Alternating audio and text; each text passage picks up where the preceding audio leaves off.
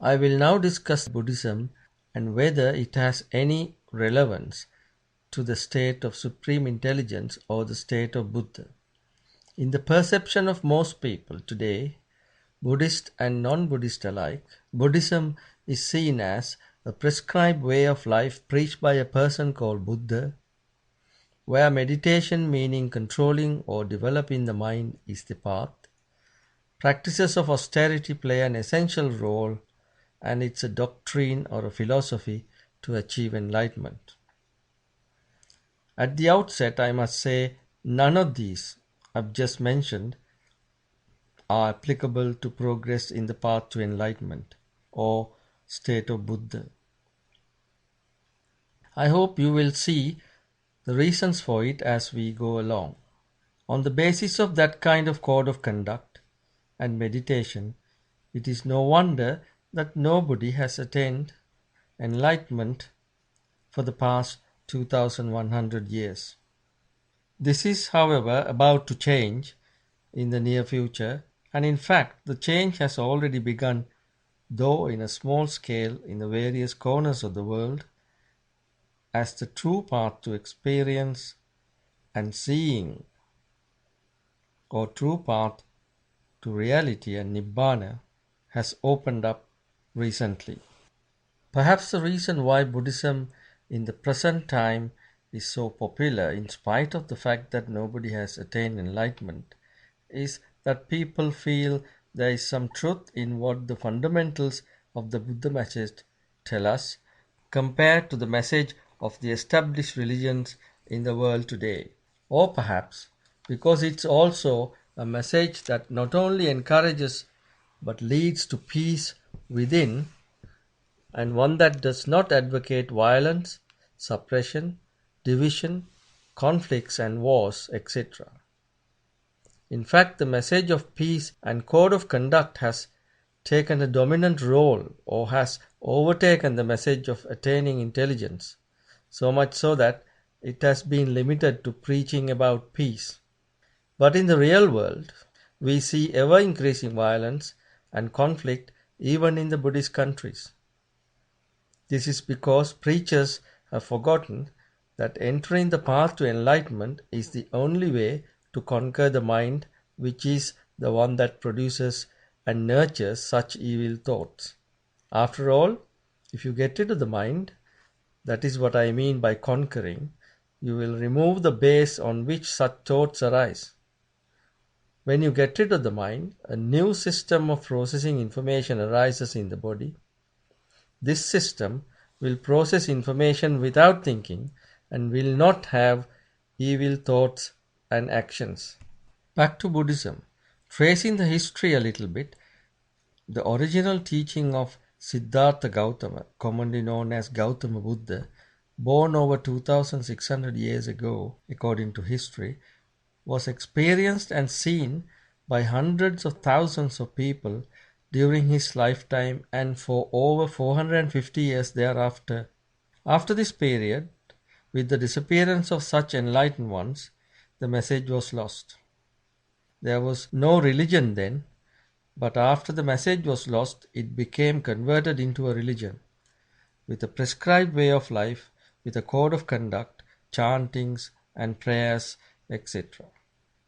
As time passed, various communities added their own interpretations without actually experiencing and seeing. They also added cultural aspects to it, and it became a code of conduct to satisfy cultural needs and identities.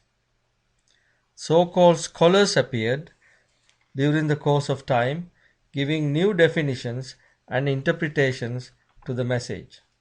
Before it was written down about 2100 years ago, the message had changed into a religion of prayers and worship, and less importance had been given to actually attaining enlightenment here and now in this life. Attaining enlightenment was put back to a presumed future birth, contrary to what actually Gautama Buddha said, and more importance was given to Gautama Buddha as a person, in spite of the fact that he quite categorically stated there is no actual self or a person existing within and that such a feeling is an illusion brought about by the thinking process.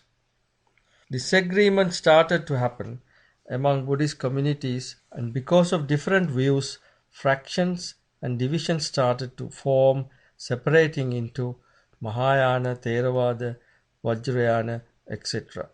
Over a period of time, worship, reverence, rites, and rituals were added according to respective cultures.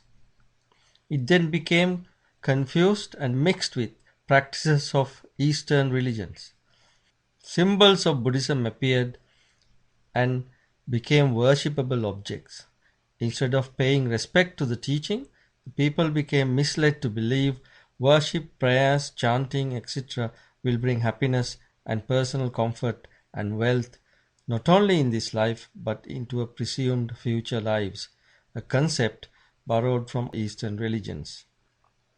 This is in spite of the fact that in Dhammapada, which is a text containing some of Gautama Buddha's teachings, he clearly states when people become engulfed with doubt and fear, they will start to worship symbols in the hope that it will bring happiness instead of investigating and understanding what is actually happening within their own bodies and minds. Such practices became included in the sacred texts and in books relating to common practice. We know very well that nobody has attained supreme intelligence through such practices such as chanting verses from sacred texts.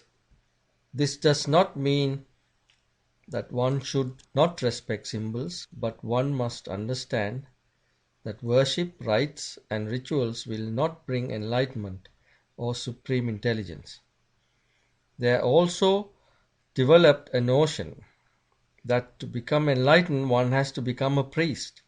That is complete a misnomer, and anybody belonging to any religion can become enlightened if one follows the path to conquer the thought process. Gautama Buddha actually had predicted that this would happen to his teachings and can be found in the sacred texts known as Ani Sutra in Samyutta Nikaya of the Tripitaka. Ani means nails. He stated that not long after his death, the priests themselves in the same lineage will implant nails in his teachings. Nails here means their own versions. He stated that they would implant so much nails that finally, before long, the teaching will disappear and only the nails will be left. When this happens, he said that no enlightenment will happen. He also had mentioned that when the true path opens up, the existing priests will oppose any such change. The emergence of a religion called Buddhism, therefore, is this nail version, which became categorized among other religions, and currently people are entangled in it without being able to see the truth of reality and Nibbana. It has become only words, phrases, and verses to please people's minds, and their real meanings have been lost in the religion. Nobody seems to have experienced or seen enlightenment under the banner of a religion with faiths, beliefs, worship of a supernatural person called Buddha. So, Buddhism in this way has become one of the religions of the world today, and at times even competing with other religions. Buddhism, in fact, has become a way of life for many others for their own personal benefits of mundane life rather than attaining enlightenment. Over a period of time, added to this newly created way of life or Buddhism were various methods currently known as meditative techniques, some of which are hallmarks of various Eastern religions.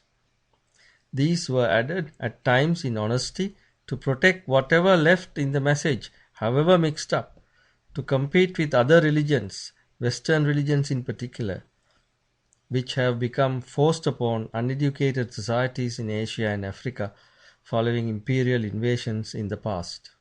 Meditations of various kinds, currently meaning calming, controlling, or developing the mind, have become so widespread in the world today that it has become almost synonymous with Buddhism. Whereas the key message of attaining supreme intelligence is to relinquish or get rid of the influence of the mind, commonly known in Buddhist circles as nekkhamma. If one harbors this troublemaker called the mind, controlled, developed, or otherwise, it is bound to prevent one from entering the path to Nibbana or Nirvana.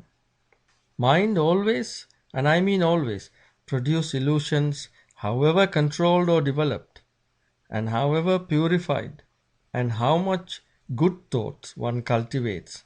It only knows to produce an illusion. Furthermore, this mind does not know, and it cannot see reality and Nibbana. Not only it can never see the ultimate truth, but also it does not know how to direct one towards supreme intelligence. Although some claim that deep meditation one can achieve a thoughtless state, they do not realize that the fact that their awareness of it as a thoughtless state is also mediated through the mind.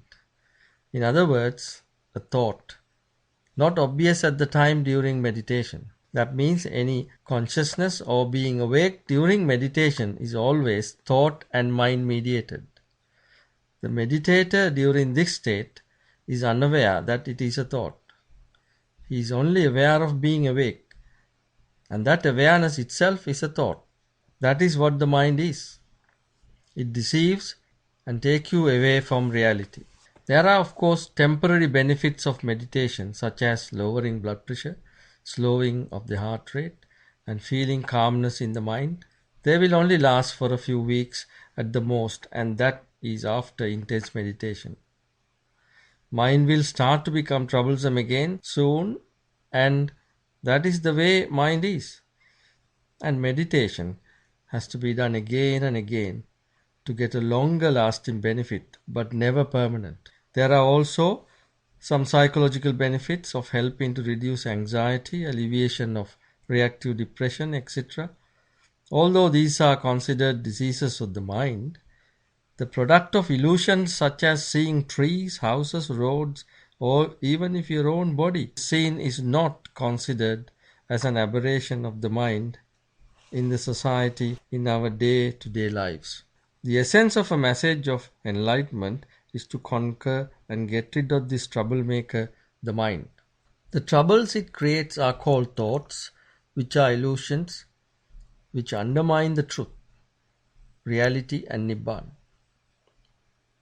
As I mentioned earlier, the conquest of the mind is known as Cheto Vimukti, or release from the thought process. That means abolishing the mechanism and the components that help to produce a thought. You may have some understanding by now that the achievement of this cannot be done via a religion called Buddhism, which has, as I mentioned earlier, a prescribed way of life by practice of austerity and code of conduct, by meditation, by considering the path to enlightenment as a doctrine or a philosophy. Philosophies, doctrines, theories, mathematical formulae are all thought mediated and therefore not conducive to enlightenment. The path to enlightenment should not be considered a doctrine or a philosophy that can be analyzed or criticized by thinking and by writing theses and obtaining degrees in universities. It is no surprise, therefore, that nobody who has obtained a doctorate in Buddhist philosophy in a university has attained Nibbana or supreme intelligence. As we come to the end of this part of the discussion, it is important to know what features are not present and also not lead to Nirvana, so that one could avoid the pitfalls of following the trail of thoughts. Path to Nirvana is therefore not a religion, belief, worship of anything, including gods and other supernatural beings or supernatural states or entities, no messengers, messiahs, spirits, spirituality, theism, not describing a self or a soul, not reconnecting with any state of Brahma or gods or any previous or future births, no transmigration, karma, rebirth, reincarnation, relinking after death, not a way of life, code of conduct, chanting, vows, prayers, or bonds. Not meditation, that means not controlling or developing the mind. No faiths, confessions, rites or rituals, sacred or divine.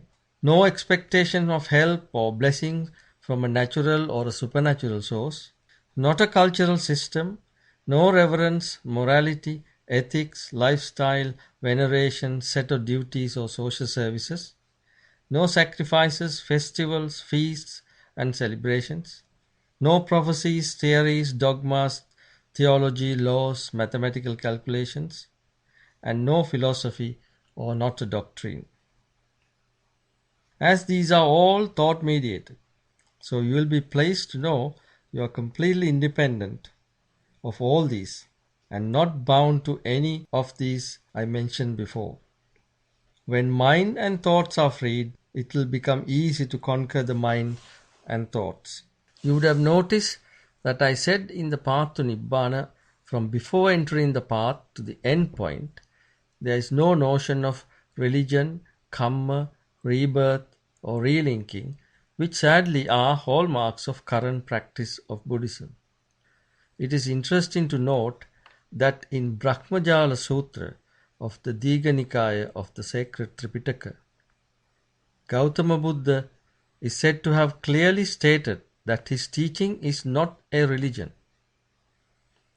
He also says in it that those who consider the teaching as a religion are misled and hold the wrong view, also called Mithya Ditti.